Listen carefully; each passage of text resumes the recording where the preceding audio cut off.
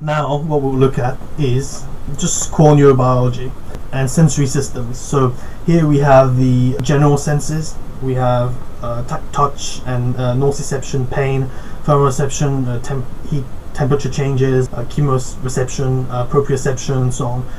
It's the general senses of touch and pressure and vibration and pain and temperature.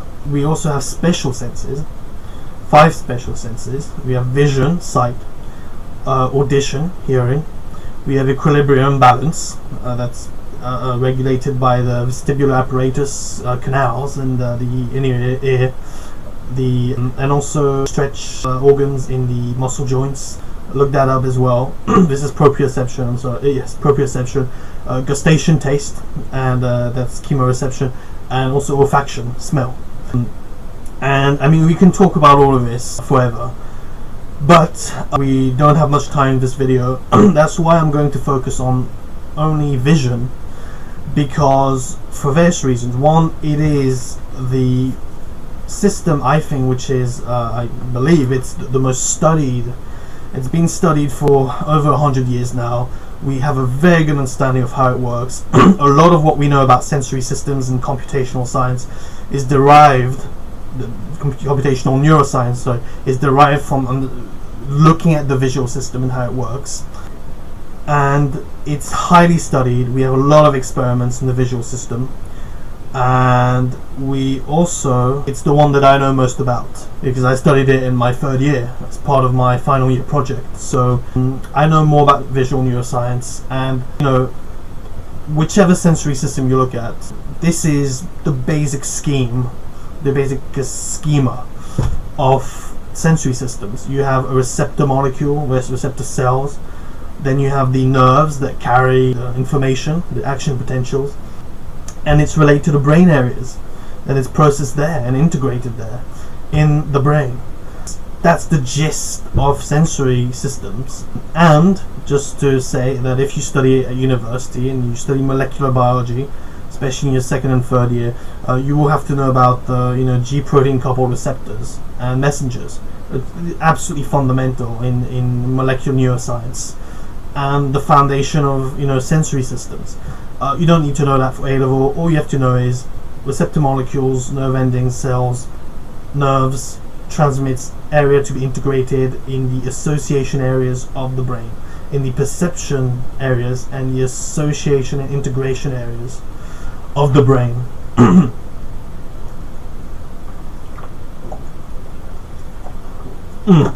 I'm not going to the ear, you can I won't go into this, as I said.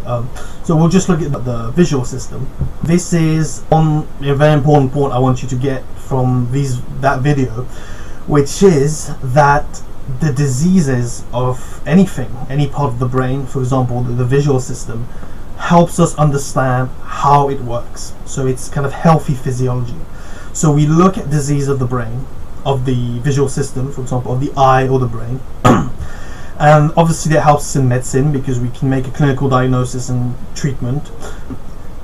But also we have to we use that for research, and we can use these conditions, we can study them, and we can do research to help us understand how the visual system works in terms of its normal physiology. Okay, a lot of what is done, a lot of what we know about the brain, for example, and sensory systems and motor systems, is based on studying conditions and disorders, like diseases.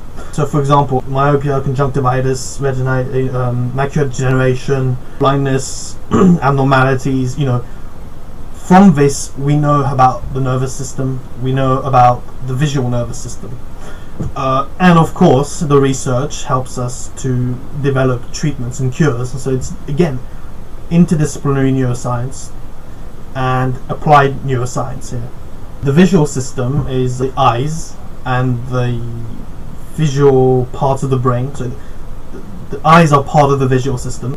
It receives you have the visual field, you have the light that hits the photoreceptors, that goes through the lens and the various layers, hits the retinal photoreceptors. Then the impulses are transmitted to the optic nerve, and we have the LGN, we have the primary visual cortex at the back. This is my brain again that I showed you. There you go. So the visual, just the back part of the brain, because yes, and then it is relayed to through different pathways to the frontal part of the brain, and that's the way it's integrated with motor information and also with planning and decision information. And we'll talk more about this. These are some Nobel Prize, Huber and Wiesel, classic experiments here, you have to know that, and other people. Okay, so we have an image, we have a three-dimensional world with color, with features, with shapes, and with depth, with lots of things. And the image is focused on the fovea, and you sample, essentially, this is a photo, this is essentially what you see, a certain area of your whole visual field. What you focus on with high resolution is a specific part of the landscape. That's what you see in high resolution. Now, when you sample, as you're doing right now, my microphone is, as you sample different areas of the landscape, you essentially construct the image, and so that's why you see, you construct a clear image of the whole landscape through integrating all the different high resolution samples. And we can, what we do here is, so for example, color coding, we go all the way back to photoreceptors. Like in LCD screens, I think we have red, green, blue pixels, or these are not output cells, they're input, they detect light. So just very briefly, depending on these are sensitive to different wavelengths of light, and you have light that right now you have light from the sun or your artificial lights that bounce off materials, and they're emitted into your eye. The photons hit the photoreceptors, and depending on, and the RGB, different colors here, photoreceptors will be sensitive to different wavelengths of light. And so the blue photoreceptors, for example, if you shine red light or any type of light on the blue photoreceptors, and you only have blue photoreceptors, you can only see blue. Even though it's even though it's white light or different other. Let me think about this. Yes, so you can only see blue with blue photoreceptors, and it's the combination of the combination of how the different RGB cells are stimulated, that essentially we can then combine the information in the brain, and in the different parts of the brain we can combine that information to it's done in the retina and in the optic nerve and in the different LGN and the primary visual cortex, and in other extrastriate areas. We can combine the information to make sense of color. It's based on the combination of the signals from these three different types of cells, or four in that case, of rods. So yeah, that's an important concept to understand. Okay, so that's what I'm going to say for color coding. I don't want to. That's all you need to know, really, for A level, for example. You might need to know about bipolar cells, and yeah.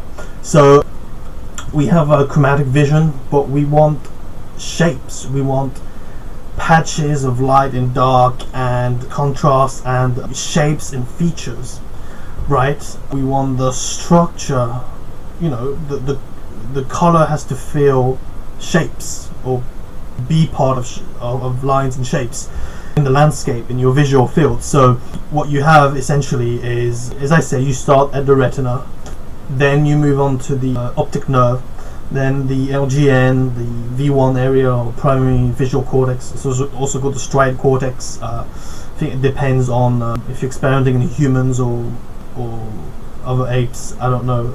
But then you have other higher areas that process the following. So we have dots and horizontal lines and lines, dots and lines, as you can see here. Then we can combine lines together to make curves. we can actually, well, we have edge detection, which is how we detect light, as shown here.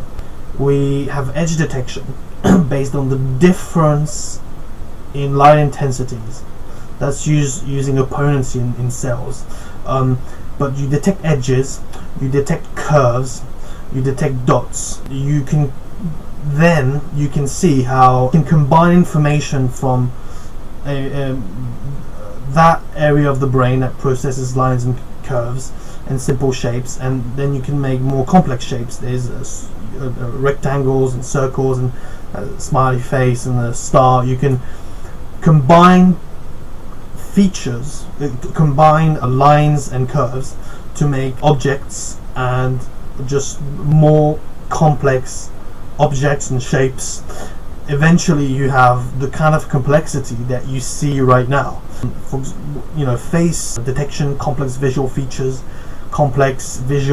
any visual features that you're looking at right now, that is all orchestrated by the gradual increase in complexity of these structures and how they process information. You have an image, it hits the retina, forms an image on the retina, it's deconstructed into all its different features, into horizontal lines, into vertical lines, diagonal lines.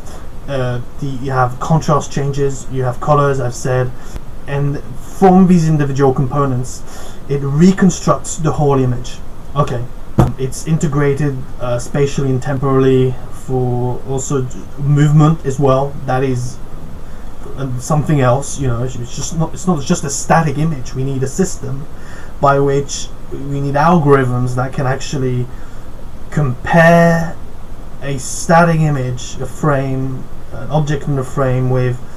We need to compare different frames, different static frames, different object positions over time to create a sense of that there's movement there.